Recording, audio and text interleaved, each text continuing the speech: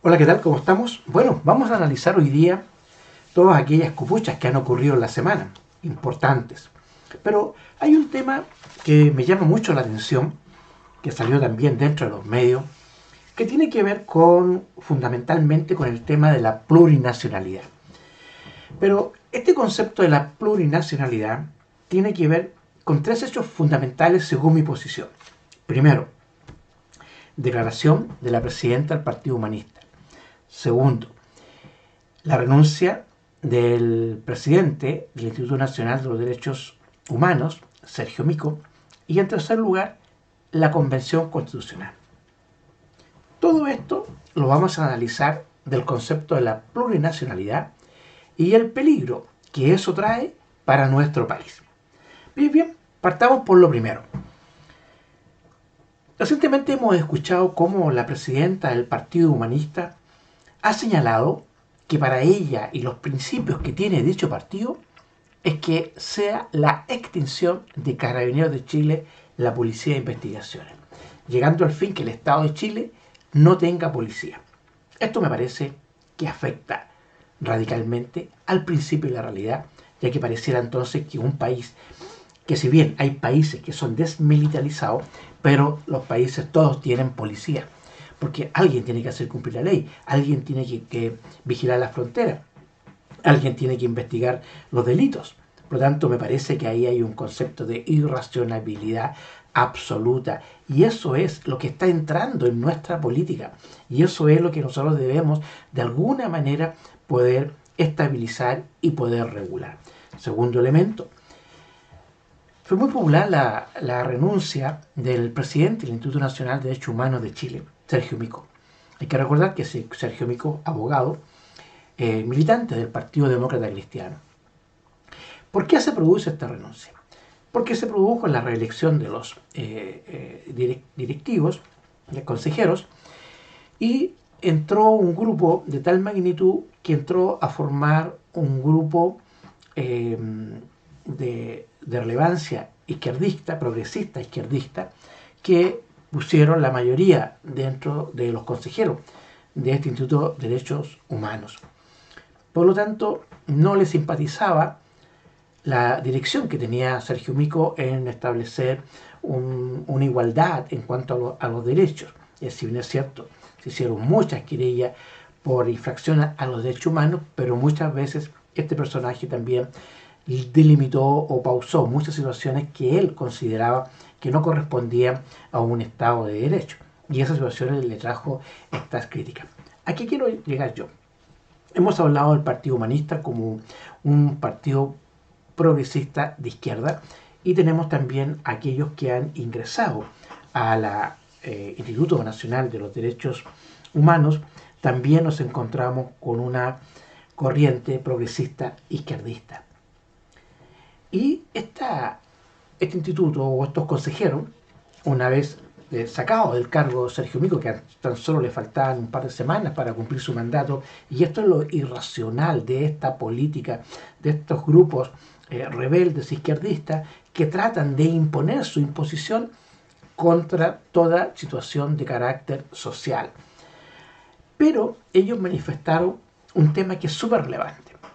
Dijeron que el principio esencial que ellos van a tener en su mandato es poder establecer los derechos y la recuperación de las tierras indígenas o establecer la protección de los derechos de la indígena. Esto, por favor, mucha atención porque va a tener mucho que ver con el concepto de la plurinacionalidad. Y también tiene que ver esto con el Partido Humanista que quiere sacar a la fuerza policial justamente para poder establecer que estos grupos indigenistas puedan tener mayor prevalencia en el poder. Pues bien, este grupo de los derechos humanos, estos consejeros, estos nuevos consejeros de una corriente progresista izquierdista, dijeron este asunto que ellos se iban a dedicar a establecer los derechos indigenistas. Esta ala progresista izquierdista tiene mucho que ver también con la constitución de la Convención Constitucional, que también tenía un ala progresista izquierdista. Ellos hablan de que tenían propuestas, acuerdos de carácter mayoritario, pero es una cosa de mirar simplemente cómo estaba organizado la convención para poder establecer que la gran mayoría, sobre las 100 personas, eran de una ala izquierdista progresista. Por lo tanto, ahí también tenemos tres elementos que tienen que ver con el tema. Estamos hablando que los derechos humanos, una protección a los indígenas, estamos hablando que la convención ha sido calificada en forma general, en forma transversal, por la gran mayoría de la sociedad política de una constitución indigenista. Por favor, esto va a tener mucho que ver con el tema de la plurinacionalidad. A su vez también, el gobierno, hoy día del presidente Boric, está compuesto por Partido Comunista, Partido Socialista, el Frente Amplio, que justamente son partidarios progresistas, izquierdistas, muy izquierdistas. Y el Partido de Convergencia Nacional que tiene el presidente es un partido muy chiquitito, por lo tanto es obvio que hoy día el Partido Socialista y el Partido Comunista son los que están blindando y protegiendo al presidente de la República. Por lo tanto, ya tenemos estos elementos que hemos hablado de una corriente, de un ala progresista izquierdista. Pues bien, ahora vamos a pasar entonces al concepto de la plurinacionalidad. Hemos analizado, y ha sido muy llamativo, el concepto de la plurinacionalidad, que solamente nosotros la vemos en Ecuador y Bolivia, pero no es así. No es así. Este tema de la convención con respecto a la plurinacionalidad se tuvo que ver en un aspecto que no fue motivo de análisis de esta convención, que tiene que ver con la geopolítica. Es decir, cómo nosotros nos enfrentamos a nuestros países vecinos, cuáles son los conflictos que nosotros hemos tenido con los países vecinos, y obviamente tenemos que enfrentar una constitución que podamos prever alguna situación. Es obvio que el conflicto bélico entre Perú y Bolivia, el más afectado, indudablemente hasta el día de hoy ha sido Bolivia, porque perdió su salida al mar, y el gobierno boliviano, fundamentalmente a través de Evo Morales, ha insistido reiteradamente de recuperar aquellos territorios y también recuperar el mar. Ahora también pretenden algunas otras cosas más. Por lo tanto, la única salida que habría posibilidad sería Arica junto con Perú, darle un corredor, pero indudablemente estamos con el tratado con Perú que impide tal situación. Y de otra manera no se puede, porque el país se partiría en dos. Entonces se afectaría gravemente a la soberanía. Pues bien,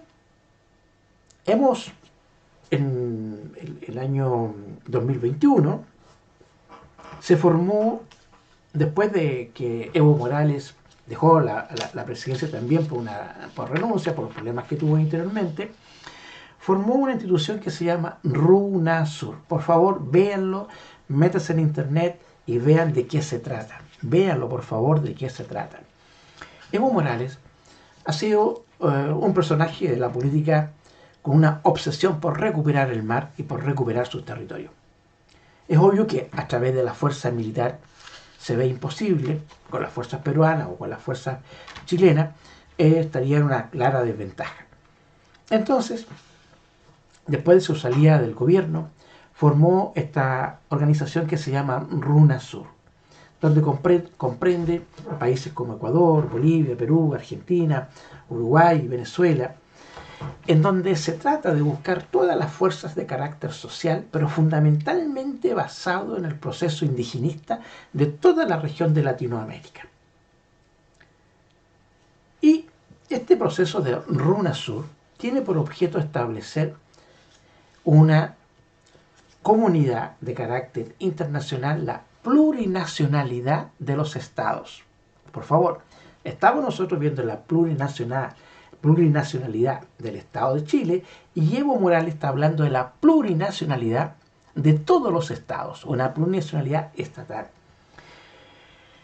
Es juntar a cada uno. ¿Y qué es lo que ha hecho? Está juntando los pueblos fundamentalmente aymara que rodean lo que es Argentina, lo que es Chile, lo que es Perú, lo que es Bolivia, fundamentalmente en estos pueblos, para poder establecer una organización de tal magnitud que pueda tener todo este frente de estos pueblos originarios para su servicio. En este sentido, por favor pongan mucha atención a lo que dice el proyecto constitucional actual. dice que Chile declara América Latina y el Caribe como zona prioritaria en sus relaciones internacionales, muy parecido al tema del UNASUR. Se compromete con el mantenimiento de la región como zona de paz y libre de violencia. Impulsa la integración regional, política, social, cultural, económica y productiva entre los estados. Y facilita el contacto. Y aquí viene. Y la cooperación fronteriza entre pueblos indígenas. Nuestra Constitución está estableciendo un derecho preferente, fundamentalmente a los pueblos fronterizos, de tener relaciones con otros pueblos indígenas de Perú, de Bolivia y de Argentina. Es decir, se establece un proceso de relaciones fuera del Ministerio de Relaciones Exteriores, fuera del Estado de Chile, y esto tiene que ver mucho con la organización de UNASUR que está haciendo Evo Morales y está juntando a estos pueblos, y a través de estos pueblos, a través de esta unión, lo que pretende es hacer un conflicto, y de esta manera, sin disparar un solo disparo, va a intentar no solo tener la salida del mar, sino que también quiere recuperar Arica y Antofagasta. Y establecer a través de todas las regiones, de todos estos pueblos, una sola situación plurinacional, pero pluriestatal, es decir, que sea con respecto a toda la América. Eso es lo que pretende establecer Evo Morales. Ahora bien, hemos hablado de que el Partido Humanista, hemos hablado de la Instituto de Derechos Humanos, hemos hablado de la Convención, hemos hablado del presidente, que todos tienen, esta es una convergencia de carácter socialista progresista. Por lo tanto, nuestra Constitución de proyecto nos está estableciendo ahora que vamos a tener un Estado de carácter plurinacional. Pero, cuando nosotros analizamos la Constitución, claramente establece que nuestro país dice, artículo 5, Chile reconoce la existencia de diversos pueblos y naciones en el marco de la unidad del Estado. Junto con ello, explicita que los pueblos y naciones indígenas preexistentes al Estado son 11. Dice en el capítulo 6, las entidades territoriales y sus órganos deben actuar coordinadamente en cumplimiento de los principios de la plurinacionalidad y la interculturalidad. Además, se debe respetar y proteger diversas formas de concebir y organizar el mundo de relaciones con la naturaleza y garantizar los derechos de autodeterminación y autonomía de los pueblos y naciones indígenas. La Biblioteca del Congreso Nacional define nación como un conjunto de individuos que ha reunido a través de la historia una serie de elementos que los une y otorga características particulares. Ha definido el Estado como un concepto político referido a una forma de organización social que cuenta con instituciones soberanas que regulan la vida de una cierta comunidad de individuos en el marco del territorio nacional. Pues bien, cuando hablamos de esta organización que está formando Evo Morales, que es un UNASUR, es justamente a través de la calidad que se le está entregando a los pueblos de la autodeterminación. Nuestra Constitución establece muchos derechos a los pueblos indígenas. Y pareciera entonces que si nosotros unimos esto con el concepto de Evo Morales de UNASUR, tiene sentido. Tiene sentido que se intenta establecer dentro de un proceso presente, muy cercano, un proceso revolucionario indigenista, a través de Latinoamérica, como una situación de apoderarse de cada uno de los países y que sea un régimen indigenista de carácter general, que sea el que manifieste las condiciones socioeconómicas de la región de América Latina. Me parece que es un tema muy complejo, muy grave. Para este efecto, como hemos hablado que estamos dentro de un sistema progresista e izquierdista, no debemos dejar de lado aquellos pensamientos de Marx y de Lenin, sobre todo de Lenin. Porque nosotros decimos, bueno, ¿y esta plurinacionalidad salió en Ecuador cuando se formó la Constitución o en Bolivia? No. El concepto plurinacional, claro, viene justamente porque ambos pueblos tienen gran cantidad de pueblos indígenas, pero esto viene tomado de un concepto del leninismo marxismo. Lenin, a estas situaciones de esta plurinacionalidad, la llamaba estados abirragados. ¿Qué decía? Que estos son estados llenos de naciones, o sea, dentro del estado hay muchas naciones. Lo que nos está ofreciendo la convención hoy día es un estado con 11 naciones. Entonces estaríamos dentro del concepto de los estados abirragados. Pero estas naciones son focos de explosivos, son extremadamente peligrosas. ¿Por qué? Porque el concepto que tienen estas naciones es justamente la autodeterminación. Y el mismo Lenin dice que la lógica de la autodeterminación de las naciones es el Estado independiente. Es decir, si yo a un pueblo, como en la Convención, le doy la característica de nación y le doy la característica de la autodeterminación, le estoy entregando los elementos necesarios para que esas naciones lleguen a su objetivo de ser un Estado independiente. Basta que nosotros veamos lo que pasó en Yugoslavia bajo la dictadura de Tito. Posteriormente sale esta dictadura y se crean estos mismos plurinacionalidad de pueblos, estos estados abirragados, y hoy día Yugoslavia está compuesto de 7 naciones, 7. Veamos lo que pasa también en la Federación Rusa. Hoy día con la guerra de Ucrania, nosotros vemos como Ucrania y Rusia en el Donbass, en esta zona, en Crimea, se están peleando aquellos pueblos que han tenido autodeterminación. Y esos pueblos están buscando su independencia. Pero Rusia los quiere llevar o Ucrania se los quiere llevar. Entonces, esta autodeterminación, por lógica, está llevando a aquellos pueblos que son considerados naciones a un estado de carácter independiente. Entonces, vuelvo nuevamente a nuestra Constitución, porque dice que la soberanía reside en Chile, conformado por diversas naciones. Se ejerce democráticamente, de manera directa y representativa, reconociendo como límite los derechos humanos en cuanto a atributo de la nacionalidad. Dice, Chile, en su diversidad geográfica, natural, histórica y cultural, forma un territorio único e indivisible y que las personas nacen y permanecen libres, independientes, iguales en dignidad y derecho. Chile reconoce la existencia de diversos pueblos y naciones en el marco de la unidad del Estado. Entonces Chile a todas estas naciones le entrega la autodeterminación, que son pueblos que llaman naciones, son autodeterminados. Es tanto así que a la isla de Pascua y a Juan Fernández le están entregando un régimen muy especial de autodeterminación. Hay que recordar que en la isla de Pascua y el pueblo araucano, ellos no se reconocen chilenos. Y a nosotros, a los que vivimos acá, a los que se supone que somos chilenos, nos hablan de chilenos, pero ellos no reconocen ser chilenos. Por lo tanto, también tienen la característica, es obvio que si alguien no reconoce la identidad de su pueblo, es porque está tratando de buscar la independencia. Veamos cómo ha traducido hoy día el problema en la Araucanía, que empezó en un pueblo muy chiquitito, ¿ya? ¿Y cómo estamos hoy día? Abarcando 3 regiones. 3 regiones. La autodeterminación del pueblo araucano, que aparte en Tutumuscuy, hoy día ya está agrandando en 3 regiones. ¿Y qué hace el Estado? Entonces, estos procesos de autodeterminación están conllevando a un proceso de soberanía y indudablemente pone en cierto riesgo nuestra estabilidad y nuestra soberanía como país.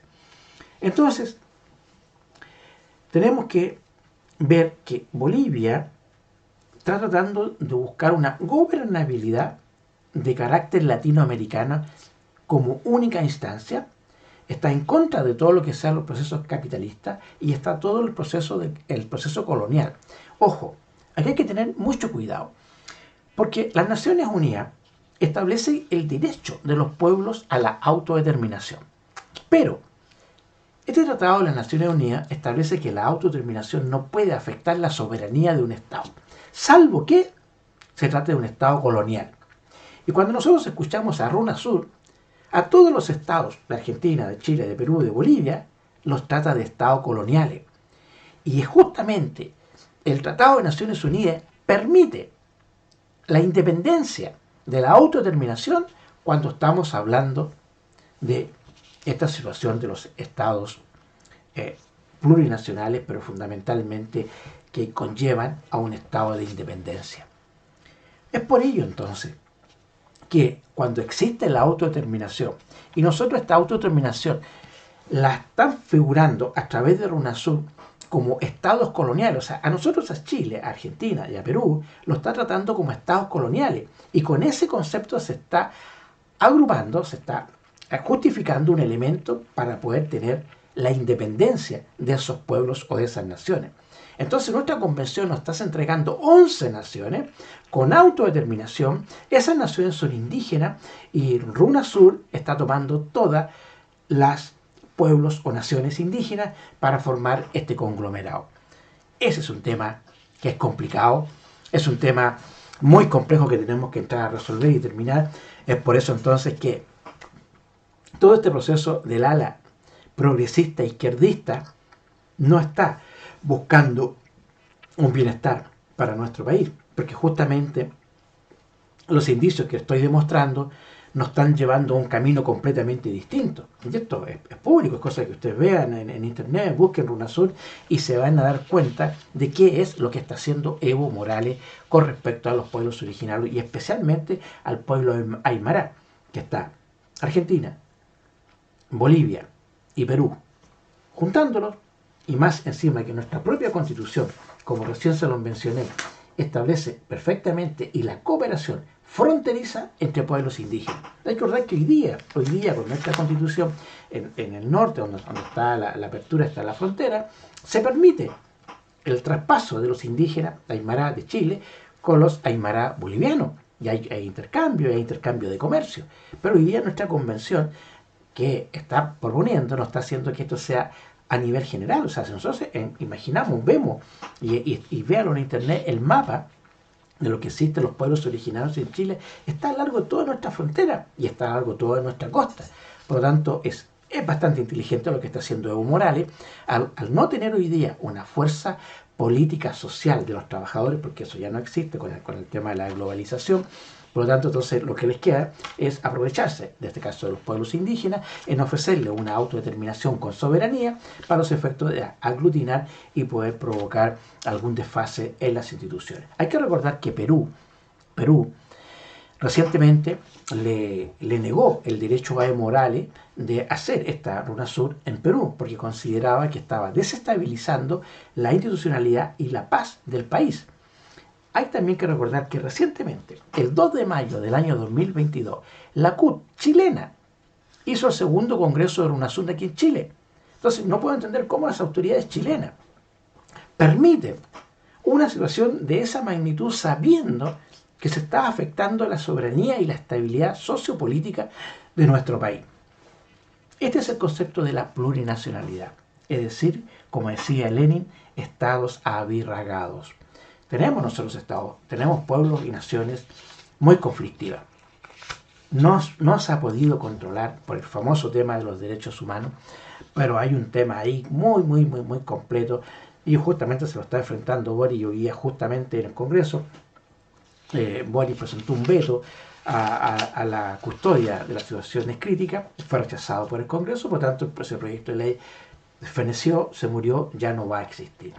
¿Por qué? Porque justamente el bloque de Boric, fundamentalmente patrocinado por el Partido Comunista, quien constantemente se ha negado al uso de las Fuerzas Armadas en el territorio nacional, porque según ellos afecta los derechos de las personas.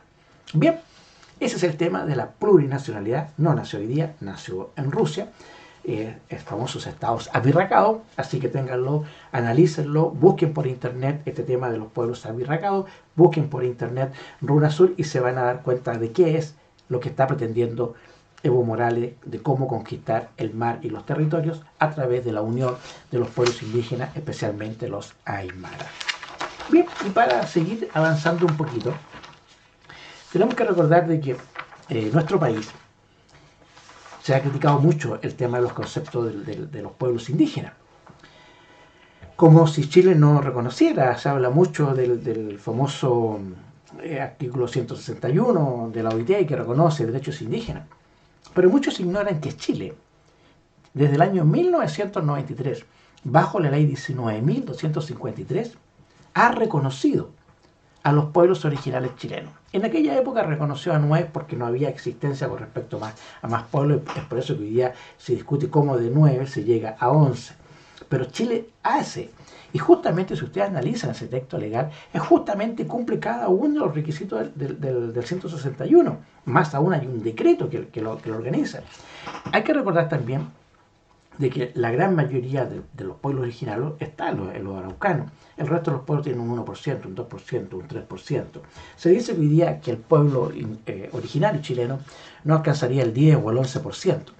Aún así, es una minoría. O sea, con respecto al 90% de los chilenos, si nosotros vemos la Constitución está plagada de derechos. Y nosotros que analicemos, dice, para ello tienen derecho a la autonomía, al autogobierno, a su propia cultura, a la identidad como versión, al patrimonio y la lengua, al reconocimiento y protección de sus tierras, territorios y recursos, en su dimensión material e inmaterial, y al especial vínculo que mantiene con esto, a la cooperación e integración, al reconocimiento de sus instituciones jurisdiccionales, autoridades propias y tradicionales, participar plenamente, si así lo desean, en la vida política, económica, social y la recuperación de las tierras. Vean, si nosotros los chilenos, porque parece que hay dos tipos de personas que habitan Chile, o sea, aquellos que somos chilenos y aquellos que son pueblos originarios. Hay que recordar que Bernardo O'Higgins, dentro de los primeros decretos que dictó, dijo, son chilenos todos los que habitan el territorio y también los pueblos indígenas. Desde ahí viene un reconocimiento, que si bien es cierto, han habido situaciones problemáticas con estos pueblos, que por un lado se le valoriza, Lautaro, Victoria, todos aquellos que participaron con gran valor, que había un riesgo, pero no se puede atomizar. O sea, una cosa es reconocer, una cosa es indemnizar, que perfectamente es viable, es posible a través de esta ley 19.253, que partió con una restitución de tierra de 500.000, hoy día van más de 800.000 restituciones de tierras que ha hecho bajo esta ley. Entonces, cuando uno examina bien los temas, que no es tan así como se plantea, o sea, recuperación de tierra, no, si el Estado ha entregado, pero tiene que ser dentro de un Estado de derecho, como corresponde el tema. Y quiero terminar con el tema de la plurinacionalidad, con el preámbulo que se nos propone como convención. Dice, nosotras y nosotros, el pueblo de Chile, conformado por diversas naciones, nos otorgamos libremente esta Constitución acordada en un proceso participativo, paritario y democrático. Entonces dice, el pueblo de Chile conformado por diversas naciones. Este concepto de la autodeterminación hay que analizarlo muy bien con respecto a lo que tiene que ver con Naciones Unidas, qué es lo que determina la autodeterminación, qué es lo que tiene que ver cuando procede la soberanía en relación a los pueblos coloniales, cosa que no se da, pero que Evo Morales sí está estableciendo que todos los pueblos, todas las naciones legalmente constituidas están dentro del proceso de colonización. Bien, uno de los temas de la semana que también fue muy importante fue el tema del presidente Boris cuando señaló en Estados Unidos que para el plebiscito de salida solamente existía aprobar o rechazar. Recientemente señaló que ahora existe otra vía, que en el evento en que fructifique el rechazo a esta constitución, el presidente manifestó que se debía continuar entonces con el proceso convencional. Dentro de las críticas que se han establecido se dice que si se rechaza es porque va a seguir existiendo la Constitución del 80. Si se rechaza es porque va a seguir existiendo la Constitución de Pinochet. Pero me parece que aquí hay un concepto de una ignorancia política o de un interés político partidista que sobrepasa cualquier racionalidad. La fe pública está puesta en todos aquellos políticos, pero nosotros vemos que los políticos brillan más que nada por sus ideales políticos, por sus intereses partidistas y por sus propias situaciones de carácter particular y de poder que quieren tener como toda organización. Pero me parece que aquí hay un error garrafal. Y quiero señalar lo siguiente. Ricardo Lagos, en el diario oficial de agosto del 2005, mediante la ley 20.050, le hizo un cambio a la Constitución del 80. ¿Y qué dijo el presidente Lagos en aquella época dijo: tenemos hoy por fin una constitución democrática, acorde con el espíritu de Chile, del alma permanente de Chile. El presidente también firmó el decreto supremo número 100 del 22 de septiembre del 2005, por el cual da curso a esta reforma constitucional y la manda a publicar para que sea obligatoria y conocida por todos los chilenos. Y no solo eso, sino que el gesto político es decir que esta es la constitución que nos representa a todos y que da por terminado el proceso de transición en nuestro país. Entonces, cuando nos dicen va a continuar la Constitución del 80, yo debiera decir como abogado que eso es falso, porque el 2005 y después, posteriormente, se hicieron muchas más modificaciones a la Constitución. Aquí hay temas que van más allá de eso, que tiene que ver fundamentalmente con el Estado subsidiario o el Estado solidario que se pretende hoy día. Esos son los grandes problemas que existen en el mundo social izquierdista, que el gran candado que tiene la Constitución que se generó en el año 80 es justamente el Estado subsidiario. Aquí no es un tema que tiene que ver hoy día, pero lo que yo quiero plantear es que ¿cómo nos dicen que va a regir la Constitución del 80 si fue modificada en un gobierno? Un presidente de la República nos dijo que por fin tenemos una Constitución democrática. Lo dijo, tenemos por fin una Constitución democrática del año 2005. Es por eso que se dice muchas veces que la Constitución que está rigiendo no es del 80, sino que es la del 2005, presidida por don Ricardo Lagos. Entonces, bajo este concepto, entramos al tema de que el apruebo para reformar o el apruebo por aprobar y obviamente el rechazo para hacer una constitución. Lo que sí está claro es que todo el mundo sabe que este proyecto constitucional va a ir a una reforma. Todo, o sea, se apruebe o se rechace, va a una reforma. Lo que tiene un concepto de ilógico, porque no puede una ley salir para reformarse. Los propios constituyentes están de acuerdo ahora con este problema que salió de que hay un artículo que está mal hecho y que obviamente, claro, va a ir al Congreso, pues obvio que todos lo van a corregir, pero ya ahí se está demostrando cómo existen los problemas. La gran crítica que se le ha hecho es el poder del sistema judicial, ese es el sistema político, ese es el sistema del indigenismo, ese es el sistema de la plurinacionalidad. Son los grandes temas que están enfocando como grandes problemas que lo han dicho. Ahora, si nosotros analizamos, el único presidente vivo de nuestro país, el presidente, que es Michelle Bachelet, es la única que ha señalado que va a aprobar. Pero dijo clarito, hay cosas que no debieran haber estado, o hay cosas que ahora están. Es decir, va a aprobar, pero también ha establecido que hay ciertas situaciones que están complejas en esta Constitución y también está recomendando aprobar para poder reformar. Pero claramente el expresidente Frei rechaza. El presidente Lagos, que es el autor de la Constitución del año 2005, que señaló que estábamos frente a un país democrático, entonces es obvio que él se encuentra con un problema y no haya cómo decir si aprueba o se rechaza, pero indudablemente del momento que él ha presentado 10 puntos para poder reformar es porque sabe que la Constitución está mala. Tenemos presidentes del Senado que han señalado que esto no tiene sentido.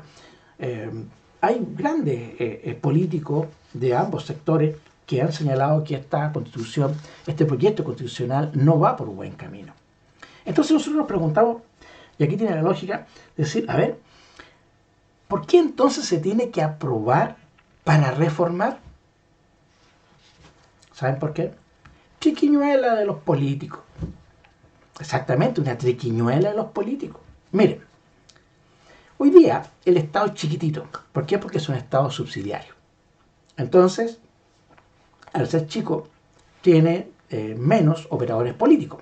Hay que recordar que cuando asumió el presidente Boric, el partido de él era tan chiquitito que aún con todos sus miembros no podían cumplir o rellenar todas las vacantes que estaban disponibles para el gobierno. Entonces tuvieron que recurrir al Partido Socialista, tuvieron que recurrir al Partido Comunista y aún así les faltaba todavía gente para poder llenar los puestos. Estamos hablando de un Estado chico. No obstante, si se aprueba esta Constitución, el Estado se va a agrandar y se va a agrandar mucho. y va a requerir muchos operadores políticos, ya sea de derecha o de izquierda, o sea, da lo mismo para el lado que esté apuntando en su momento. Pero es obvio que hoy día, con esta situación progresista, izquierdista, obviamente todos aquellos que del apruebo les conviene que se apruebe.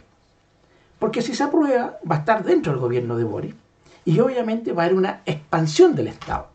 ¿Y a quién va a beneficiar? A los políticos de la izquierda. O sea, todos aquellos operadores políticos van a empezar a asumir y a chupar de la tetita del Estado.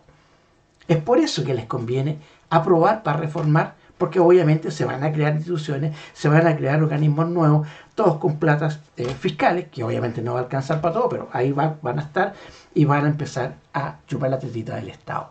Es por eso que les conviene el apruebo. Porque si van por el rechazo, es obvio que el formar una nueva constitución a lo menos va a pasar entre 1 año y medio, 2 años más, y ahí en ese tiempo va a estar prácticamente expirado el gobierno de Boric, y en ese sentido se van a encontrar entonces que no saben quién es el que va a poder ganar y si van a poder chupar o no chupar la tetita del Estado. Entonces por eso que están, en mi punto de vista, aprobar para reformar y así obtener un coteo político bastante importante para todos los operadores políticos del área izquierdista. Y es por eso también que parece inaudito que la democracia cristiana en su base, en su consejo haya aceptado aprobar. Claro, porque saben de que el gobierno no va a tener capacidad para asumir tanta gente y van a requerir más, y en ese sentido los políticos van buscar dónde está a obtener el mejor poder, porque hay que recordar que los políticos se ven en los cargos, y ahí es donde empieza la carrera ascendente de los políticos, y para eso tienen que tener algún cargo. Y entonces justamente a la democracia cristiana le conviene aprobar, porque obviamente sabiendo que el Estado no tiene tantas militantes como para poder soportar todos los cargos, entonces van por el apruebo. Y así también el PPD. Estos son algunos de los temas y los inconvenientes que nosotros tenemos que entrar a poder analizar con estos apruebos para reformar. Lo que sí está claro es que nuestro proyecto constitucional no va por un buen camino. Las encuestas así lo están señalando. Y obviamente cada uno de ustedes el 4 de septiembre, tendrá que analizar y tendrá que observar qué es lo que hay. Dentro de todas las cosas que hemos visto y que hemos conversado, está indudablemente el tema de la plurinacionalidad. Yo creo que ahí hay un tema muy, muy peligroso. Ahí hay un tema que puede traer un proceso de inestabilidad a nuestra nación, a nuestro Estado, a nuestro Estado chileno. Vamos a seguir conversando dentro de lo que viene. Vamos a ir desmenuzando las cosas a medida como está. Pero indudablemente que el tema de reformar Carabineros, de eliminar Carabineros, en mi concepto, bueno, tengo sangre también, pero la falta de respeto de la Constitución, ni siquiera nombrar a Carabineros y la PDI. El último nombre, ¿lo sabes? Carabineros desaparece, que se forme una nueva institución. Pero Carabineros está desde que nació Chile. Y ha estado en las buenas y en las malas. Cuando hay un problema, Carabineros. Yo invitaría a cualquier político de estos que hablan de los derechos humanos, que cómo es posible que le tiraron a un ojo, a tal cosa. Vayan un día con una patrulla de Carabineros y están al ladito de ellos. A ver cómo se enfrentan a aquellos inocentes manifestantes. A ver cómo les va a ser. Porque una cosa es estar sentado en un escritorio y decir no me vulneren los derechos humanos, y otra cosa distinta es estar ahí en la papa. También son seres humanos los carabineros, también tienen familia, también sufren, también tienen miedo. Entonces, el estar ahí enfrentando un grupo de personas vestidos con una uniforme que tienen la dignidad de la autoridad para respetar el orden público y hacer que el orden público se restablezca. Y para eso tienen que usar la fuerza. Pero a veces se producen situaciones que afectan. Nadie alega aquí que a veces los carabineros están 72 o más horas acuartelados en estos procedimientos, sin ver a su familia, cómo se vive en un proceso de acuartelamiento, los procesos de nervios, los procesos de tensiones, las órdenes, hoy día el problema que existe en cómo yo me enfrento. Entonces, aquí hay un tema que debemos tener un poco de respeto a nuestras policías. Nos han salvado mucho, nos han ayudado mucho. En los desastres naturales ahí están. Cuando hay problemas ahí están. Cuando deben enfrentar al delincuente, ahí están, y también tenemos nuestros caídos justamente por lo mismo. Pero yo no creo que la institución en sí misma tenga una intención de afectar los derechos humanos. Todo lo contrario, hay que protegerlos. Pero ¿y quién protege los derechos humanos de los policías? ¿Quién se preocupa que también tienen familia, tienen hijos? ¿Quién se ha preocupado de todos aquellos policías que hoy día están enfrentando procesos judiciales, justos o injustos? Cuando tenemos una justicia que deja mucho que desear. Yo aquí estaría apoyando el sistema judicial porque hay cambios que se ven bastante interesantes. Pero aquí me parece que ha habido mucha injusticia. Mucha obsesión en este caso de los fiscales por querer probar de cualquier manera que aquí se cometió un delito. En muchas de las cosas, por lo menos para mí como abogado, aquí lo que ha existido a lo más ha sido un cuasi delito. O sea, es decir, se cometió un hecho, pero sin la intención de querer cometer un delito. Pero aquí la fiscalía dice que no es un cuasi delito, sino que es un delito. Yo he visto algunos casos, he observado algunos casos, estudiado algunos casos, y probablemente para mí, por lo menos como abogado, no me da la posibilidad de esto. He sufrido en carne propia también lo que significa el sistema de justicia. Pero yo creo que nuestras policías, nuestros carabineros, nuestras carabineras, hacen todo lo que pueden hacer dentro de las posibilidades y dentro del rango que les pueda corresponder.